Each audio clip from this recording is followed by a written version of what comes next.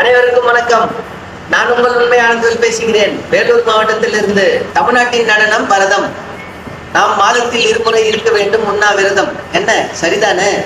நாம் அனைவரும் மாதத்தில் இருமுறை உண்ணாவிரதம் இருப்போம். நம் உடல் உறுப்புகளை பலமுடன் வைப்போம். என்றும் அன்புடன் உண்மையானதில்.